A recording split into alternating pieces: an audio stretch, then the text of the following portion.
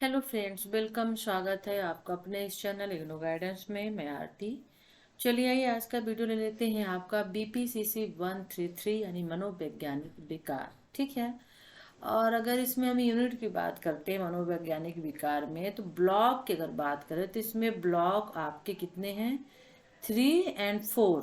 4 block इसमें हैं।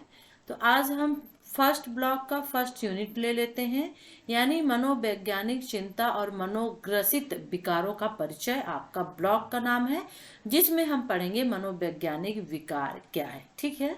तो चलिए फिर देख लेते हैं मनोवैज्ञानिक विकार क्या है और इसमें क्या पढ़ेंगे मनोवैज्ञानिक विकार में। ठीक है ना। तो ये देख लेते हैं मनोवैज्ञानिक विकार का मतलब क्या होता है कि बच्चों संबंध रिलेटेड होता है। ठीक है ना। तो एक बच्चों में कौन कौन सी बीमारियां होती हैं। ठीक है। ये अभी आप इसमें यही सब चीजें पढ़ेंगे। तो देख लेते हैं सबसे पहले इसका 1 सेकंड। यूनिट 1 को देखते हैं। ओके राइट, ये आ गया है आपका। और यूनिट 1 में हम यहाँ पर देखेंगे कि विकास विकार की परिभाषा देखेंगे। ठीक है। फिर मनोवैज्ञानिक विकार का इतिहास देखेंगे, मनोवैज्ञानिक विकारों का वर्गीकरण, मनोवैज्ञानिक विकार के कारण। तो हम यहाँ पे वेरी इंपॉर्टेंट क्वेश्चंस लेंगे क्योंकि टाइम भी अभी कम है, तो उसके अकॉर्डिंग हम चलेंगे। ठीक है ना। तो चलिए शुरू कर देते हैं। मनोवैज्ञानिक विकार शब्द सामान्य समस्या है। ठीक है ना। और इसमें कोई आश्चर्य वाली बात नहीं है, क्योंकि जब हम स्वास्थ्य की बात करते हैं तो इसमें दो चीजें आती हैं, एक मानसिक और एक शारीरिक, यानी शारीरिक स्वास्थ्य और मानसिक स्वास्थ्य। लेकिन जब हम शारीरिक स्वास्थ्य और शारीरिक रोग इसे मान लेते हैं, पर ऐसा नहीं है। ये जो मनोवैज्ञानिक विकार है ये मानसिक होता है। कुछ ऐसी इसमें स्थितियां, कुछ ऐसे कारण होते हैं, कुछ ऐसे लक्षण लोगों में दिखते हैं। ठीक है। जो हमारे दिन प्रतिदिन की यानी रोजमर्रा की डेली की लाइफ को क्या करते हैं? प्रभावित करते हैं। तो मनोवैज्ञानिक विकार किसी भी व्यक्ति में प्रकट हो सकते हैं, क्योंकि इसका आयु, लिंग, धर्म, क्षेत्र का कोई मतलब भी नहीं होता है, कोई लेना देना इससे नहीं होता है। ठीक है। तो मनोवैज्ञानिक विकार ग्रस्त व्यक्ति का प्रभाव उन सब लोगों पर पड़ता है जो उसके संपर्क में आते हैं, और कभी कभी किसी व्यक्ति में एक से अधिक मनोवैज्ञानिक विकार यानी रोग जो है वो उत्पन्न हो सकते हैं। तो जो मनोवैज्ञानिक समस्याएं होती हैं वो केवल भारत में ही नहीं है, विश्व में भी देखने को मिलती हैं। और इसकी जो पीड़ा होती है ना, अथाह यानी गहरी पीड़ा होती है, जिसे हम लोग जनरली डिसऑर्डर के रूप में जानते हैं, मेंटल डिसऑर्डर बोलते हैं। ठीक है ना। डिप्रेशन में जो लोग जाते हैं जनरली इसी के अंतर्गत आता है। तो हम यहाँ पे देख लेते हैं मानसिक विकार की परिभाषा और मानदंड ले लेते हैं। ठीक है ना। तो मानसिक विकार या मनोवैज्ञानिक विकार एक प्रकार से मनोवैज्ञानिक रोग होता है, और जो व्यक्ति के कार्यों में तनाव या अस्त व्यस्तता के रूप में दिखता है, और ऐसे व्यक्ति का व्यवहार सामान्य से हटकर कुछ अलग दिखता है। ठीक है ना। जैसे मनोवैज्ञानिक रोग का अर्थ यहाँ पर ले लेते हैं कि व्यक्ति के संज्ञानात्मक, संवेगात्मक और व्यवहारिक पक्ष का ठीक से काम नहीं करना। अब यहाँ पे कहेंगे कि संज्ञानात्मक, संवेगात्मक, व्यवहारिक पक्ष क्या होता है। तो देखिए, संज्ञानात्मक का मतलब बौद्धिक पक्ष हो जाता है, बुद्धि से रिलेटेड हो जाता है। संवेगात्मक का मतलब यहाँ पे संवेग से हो जाता है, आवेग से हो जाता है, सुख दुख, हंसी खुशी, आमोद प्रमोद, गुस्सा, क्रोध, ईर्षा, ये सभी संवेगात्मक कहलाते हैं, आवेग कहलाते हैं, जो क्षणिक होते हैं। ठीक है। या कुछ पल के लिए होते हैं, लंबा भी हो सकता है। और व्यवहारिक का मतलब हमारे जीवन से, हमारे नेचर से संबंधित होता है। ठीक है ना। तो यदि आप यहाँ पे एग्जाम्पल दिया है कि खरीदारी करने के लिए बाजार गए हैं, परंतु आप खरीदने का आनंद लेने के स्थान पर बुरी तरह से डर रहे हैं और खरीदारी बीच में छोड़कर आपका मन वहां से मार्केट से घर भाग जाने को हो रहा है, तो आपके डरने की कोई वजह नहीं है। आप खरीदारी कर रहे हैं, आप डर रहे हैं, डरने की कोई वजह नहीं है। जब जब आप बाजार जाते हैं तब तब आपके साथ ऐसा ही होता है। तो यदि उस बाजार में कुछ दिन पहले बम विस्फोट की घटना हो चुकी है अथवा दंगे हो चुके हैं, तब डर लगना मनोवैज्ञानिक विकार के अंतर्गत नहीं आएगा। ऐसी स्थिति में सामान्य लोग भी भय व सुरक्षा के भाव से ग्रसित हो जाते हैं। घटना कुछ नहीं, कोई घटना हुई और आप उसकी वजह से डर रहे हैं, तो मनोविकार का नहीं है। ठीक है ना। अगर आप समझे कि कोई चोरी, कोई घटना, कोई मर्डर हुआ और आप उस जगह जाने से डर रहे हैं, तो आप इसको जो है मनोविकार के अंतर्गत नहीं ले सकते हैं। ठीक है ना। इसे आप मानसिक रूप से ले सकते हैं कि कई बार व्यक्ति मानसिक रूप से असामान्य असमान रूप में अंतर स्थापित नहीं कर पाता है और असामान्य व्यवहार के बार बार होने ठहरने के आधार पर इसका अनुमान लगाया जा सकता है। ठीक है, तो देख लेते हैं यहाँ पे कि कार्य प्रणाली में तनाव या अस्त व्यस्तता में मनोरोग का लक्षण क्या है। यह स्थिति किसी परिजन की मृत्यु के कारण उत्पन्न हो सकती है। जनरली हम देखते हैं जब कोई किसी हम अपने को खो देते हैं तो ऐसा हमारे साथ होता है, हम उसके लिए रोते हैं, विलाप करते हैं, ठीक है ना, अचानक रोने लगना, कभी कभी कोई इतना ज्यादा आघात, इतना ज्यादा सदमा लगता है, कोई व्यक्ति हंसने लगता है, पागलपन जिसे बोलते हैं हम कि पागल हो गया, लेकिन वो पागल नहीं, वो एक मनोविकार उसका होता है, एक अपना कष्ट दर्द को निकालने का तरीका होता है। तो कुछ मनोवैज्ञानिक विकार ऐसे भी होते हैं जो व्यक्तिगत तनाव में वृद्धि नहीं करते, जैसे उन्माद की अवस्था जो संवेदनात्मक जिसे हमने कहा, ठीक है ना।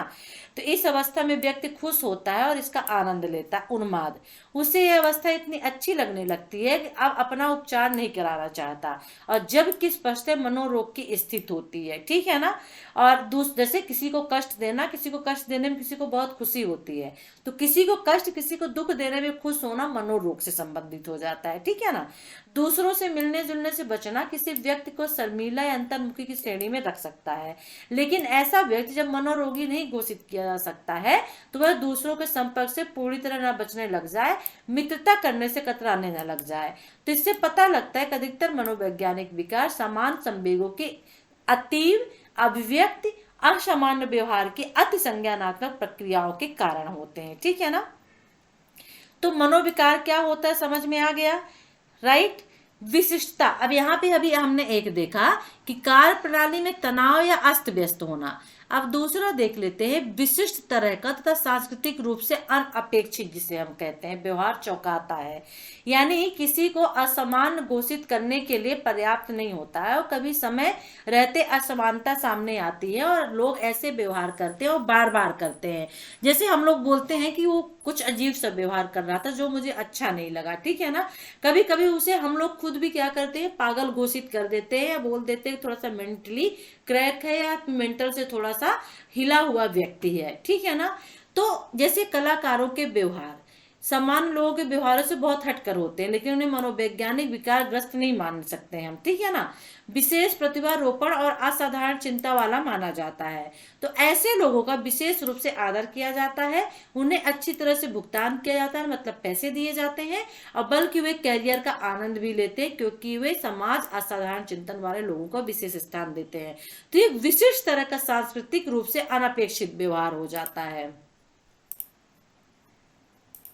ओके, ठीक है। चलिए फिर सामाजिक नियमों और मान्यताओं का उल्लंघन।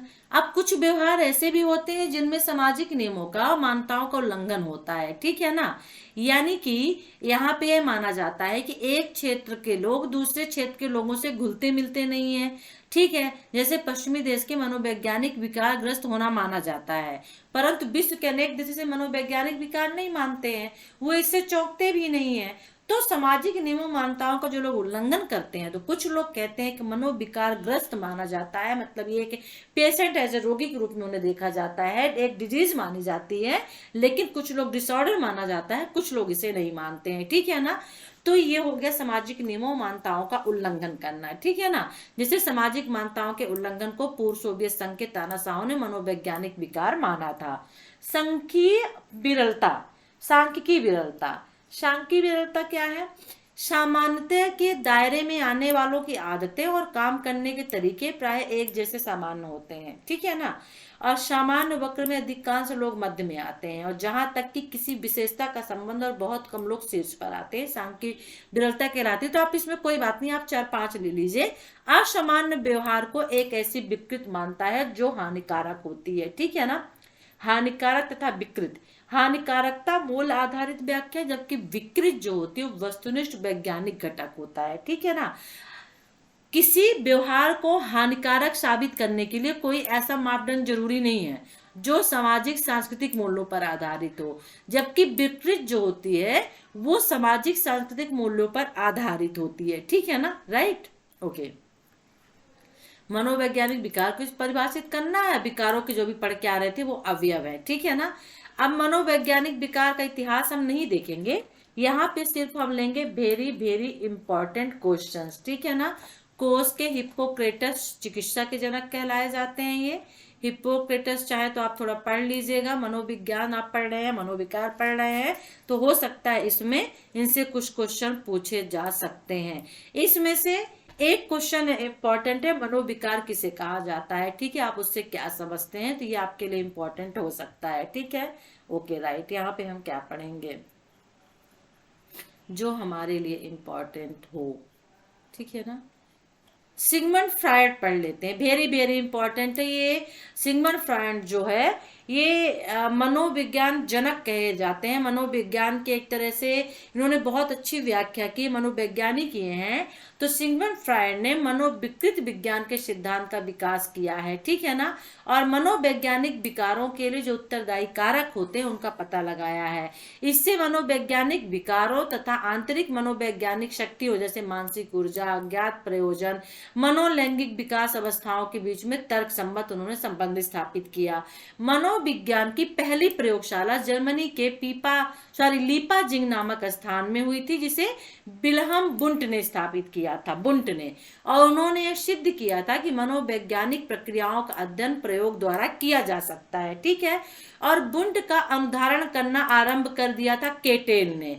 और बुंट के सिद्धांत ने पता लगाया कि लोगों की मानसिक प्रक्रियाओं की प्रकृतियां अलग अलग होती है और प्रयोगात्मक मनोविज्ञान की परंपरा में अनेक दूसरे कार्य किए गए, जिससे मनोविकृत विज्ञान के सिद्धांत को एक दिशा प्राप्त हुई।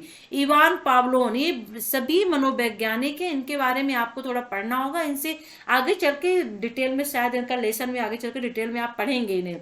सिगमंड फ्रायड का व्यक्तित्व का सिद्धांत, इवान पावलोव का सिद्धांत, ठीक है ना, क्रिया प्रसूत अनुबंध का सिद्धांत इन्होंने अपने कुत्तों पर प्रयोग किया था, जिसे क्लासिकी अनुबंध का देखिए सिद्धांत कहा जाता है, क्रिया प्रसूत का सिद्धांत कहा जाता है। जॉन बी वाटसन अपने प्रयोगों से सिद्ध किया कि व्यवहार चाहे अनुकूल हो या प्रतिकूल हो, उसे समझा जा सकता है। स्किनर भी है, कोल्हर भी है, बहुत सारे मनोवैज्ञानिक है, ठीक है ना।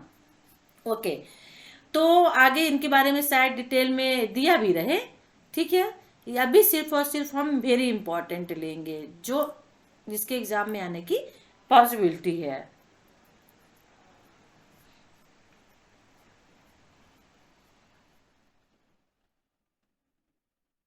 मनोवैज्ञानिक विकारों का वर्गीकरण कर लेते हैं, ठीक है ना।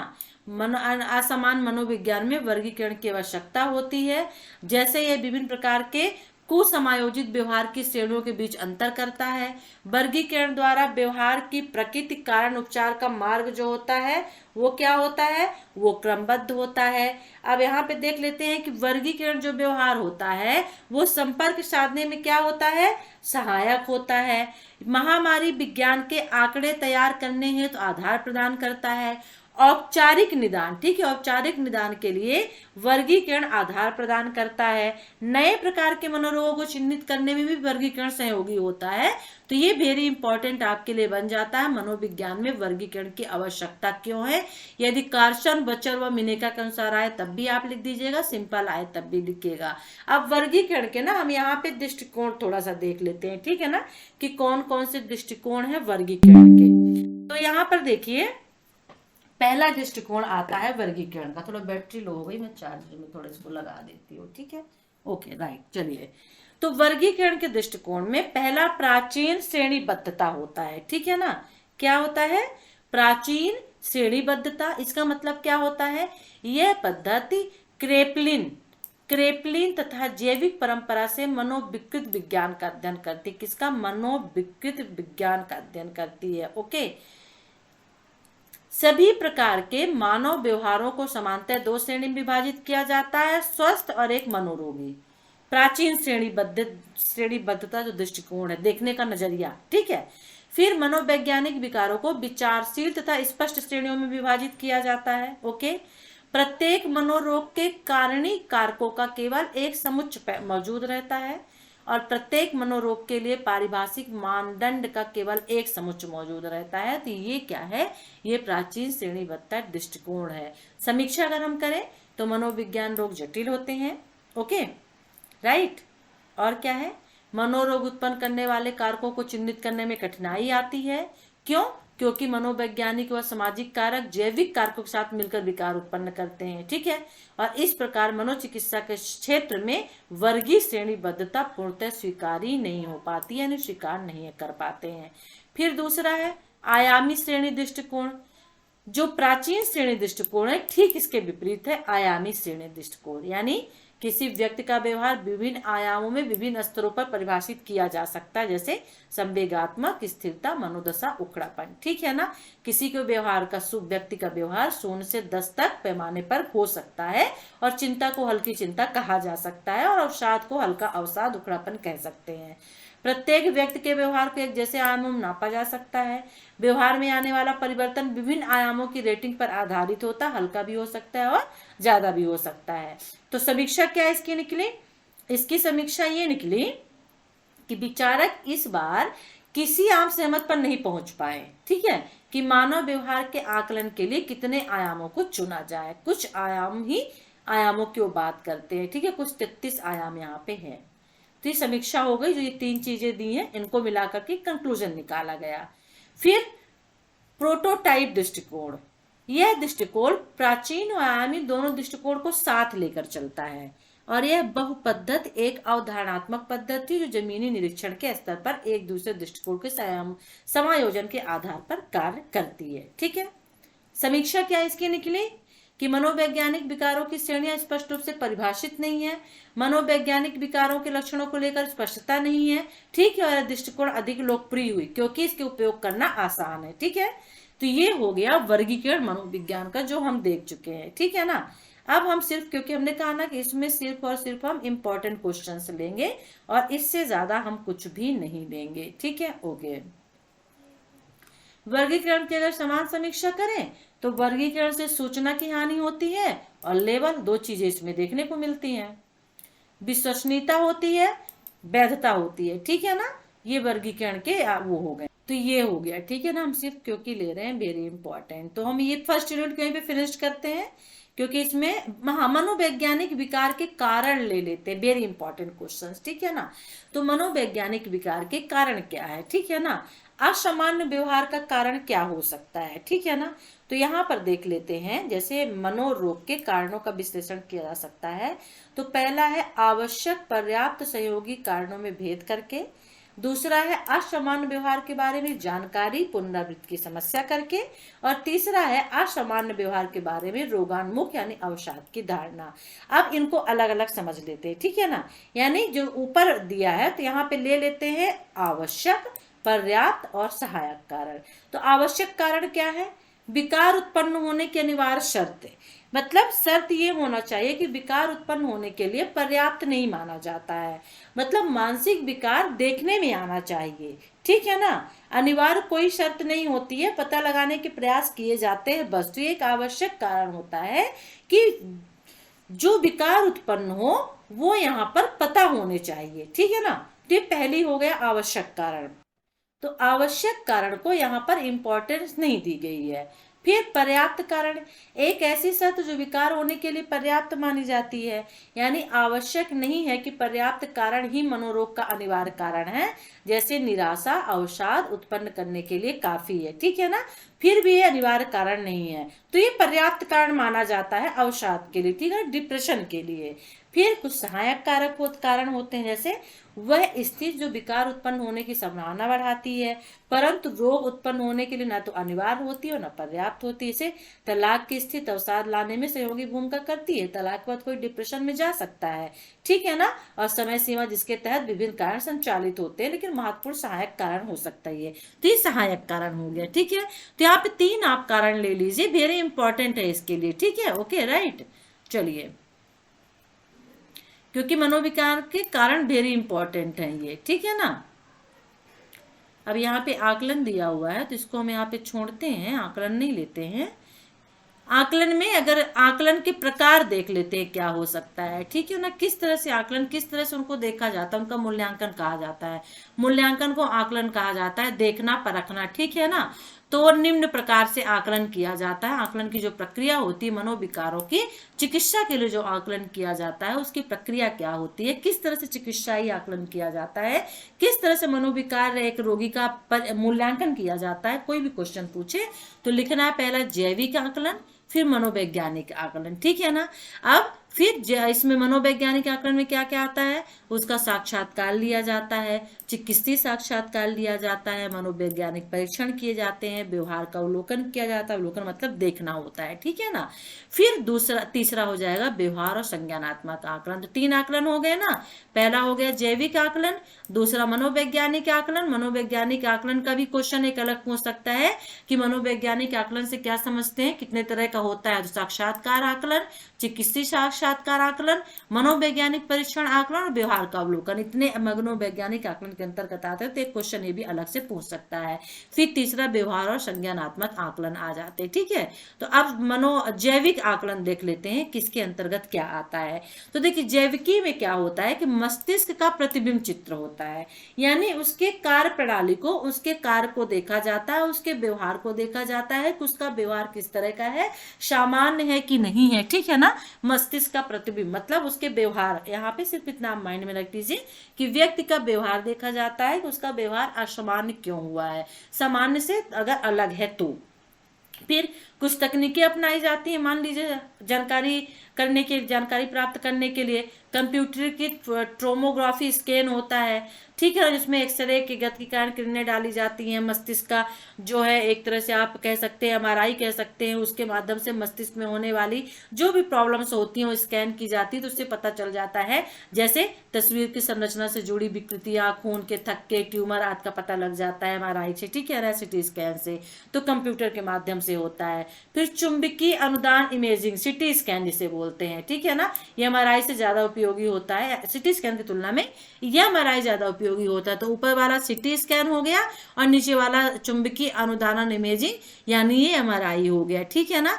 तो इसमें भी वही विकिरण की किरणें की आवश्यकता नहीं पड़ती सिटी स्कैन की तरह इसमें, ठीक है ना। और एक डिब्बे नुमा होता है गोला सा, उसमें व्यक्ति को डाल दिया जाता है उसके अंदर, और क्योंकि पूरा जो होता है 95% साउंड इससे निकलती है, इसलिए कान को हमेशा ऑलवेज एक उससे ढक दिया जाता है ताकि उसकी साउंड न जाए, ठीक है ना। और कंप्यूटर के माध्यम से पूरे जो है जो भी बॉडी का पार्ट होता है उसका पूरा स्कैनिंग की जाती है। फिर संकरण एमआरआई, फंक्शनल एमआरआई उसको छोड़ देते हैं, मेन 2 है उसके अंतर्गत, तो आप पूरी सिटी स्कैन एमआरआई ले लीजिए, ठीक है ना। फिर स्नायु रासायनिक आकलन उसी के अंतर्गत आता है, स्नायु मनोवैज्ञानिक आकलन आता है, आप देख लीजिएगा यहाँ पर, ठीक है, ओके। फिर ये आकलन के तरीके दिए हुए किस तरह से आकलन किया जाता है, तो हमने तो ऊपर देख लिया, मेन आकलन देख ले कितने तरह के होते हैं, ठीक है ना, ओके। जैविक आकलन का आलोचनात्मक मूल्यांकन हो सकता है, ये क्वेश्चन पूछ दे कि जैविक आकलन से क्या समझते हैं और आलोचनात्मक मूल्यांकन करिए। तो अनेक आकलन तकनीकें संवेगात्मक अवस्थाओं को स्पष्ट अलग नहीं दर्शा पाती है, ठीक है ना। त्वचा का संवहन करता न केवल चिंता को बढ़ाता है बल्कि प्रसन्नता में भी वृद्धि करता है। अक्सर आकलन और मनोविकृत के भी सीधे संबंध नहीं पाया जाता, कुछ चीजों का सही पता नहीं लग पाता है, जैसे मस्तिष्क को हुई क्षत की अवधि का रोग कितना पुराना कितना बिगड़ा हुआ, इसका सही से अंदाजा नहीं लगाया जा सकता है, ठीक है। यह एक बहुत पूर्ण बात है कि मस्तिष्क की क्षति रोगी ने जिस सूझबूझ और योग्यता का परिचय दिया उसे भी ध्यान में रखा जाना चाहिए कि क्षति से पहले रोगी की गतिविधियों के विस्तृत ब्यौरे पर विचार किया जाना चाहिए। तो ये जैविक आकलन का आलोचनात्मक मूल्यांकन हो गया। अब यहाँ पे मनोवैज्ञानिक आकलन आ गया दूसरा वाला, जिसमें साक्षात्कार होता है। इसमें तय करता है साक्षात्कार का उद्देश्य कि साक्षात्कार किस प्रकार का हो, आरंभिक जानकारी, ठीक है ना, उससे शुरू के बारे में पता लगाया जाता है, ठीक है। रोगी की देखभाल के स्तर का पता लगाया जाता है, जो भर्ती है उसे भर्ती नहीं है उसे दी जाने वाली सुविधाओं के बारे में पता लगाया जाता है। फिर मानसिक स्तर का परीक्षा यहाँ पे किया जाता है, किसी मनोवैज्ञानिक विकार के होने ना होने भ्रम आदि को चिन्हित किया जाता है यहाँ पे, ठीक है ना। संकटकालीन जोखिम भरा साक्षात्कार होता है, जब रोगी ट्रामा की स्थिति में हो, जिंदगी और मौत के बीच में झूल रहा हो, महत्वपूर्ण समस्या से ऐसा करना जरूरी हो जाता है, निदानार्थक साक्षात्कार, ठीक है। फिर संचरित साक्षात्कार आ गया, संचरित अनुसंधान, तो बस एक नजर इनमें रख लीजिए, ज्यादा ऐसा कुछ भी इसमें नहीं है। लेकिन हाँ जो मनोवैज्ञानिक साक्षात्कार, मनोवैज्ञानिक जो आकलन है वो आपके लिए यहाँ पे इम्पोर्टेंट बन सकता है। चिकित्सीय साक्षात्कार की विशेषताएं तो आप इन्हें देख लीजिएगा। मनोवैज्ञानिक परीक्षण भी होता है। आप कितना पढ़िएगा, इसमें एक यूनिट से सभी क्वेश्चन तो नहीं पूछ लेगा ना, कि एक ही यूनिट से सभी क्वेश्चन पूछ लेगा, तो इसको हम यहाँ पे छोड़ते हैं, ठीक है ना। आई थिंक से यूनिट फिनिश्ड भी हो गई है यहाँ पे। अब हमारी जो सेकंड यूनिट है वो सेकंड वीडियो में हम लेंगे, बिकॉज आई एम टायर्ड। आज हमने बहुत सारे लोगों के जो है वीडियोज बनाए हैं, ठीक है ना। तो सेकंड यूनिट चिंता, भय, आतंक, मनोग्रस्त विकार हम दूसरे में लेंगे, ठीक है। तो वीडियो को लाइक करिए, शेयर करिए, चैनल को सब्सक्राइब कर लीजिए जो नहीं किया है। तो नेक्स्ट वीडियो के साथ आपसे फिर मिलेंगे। अच्छा लगे तो कमेंट जरूर कर दीजिएगा। Take care, bye.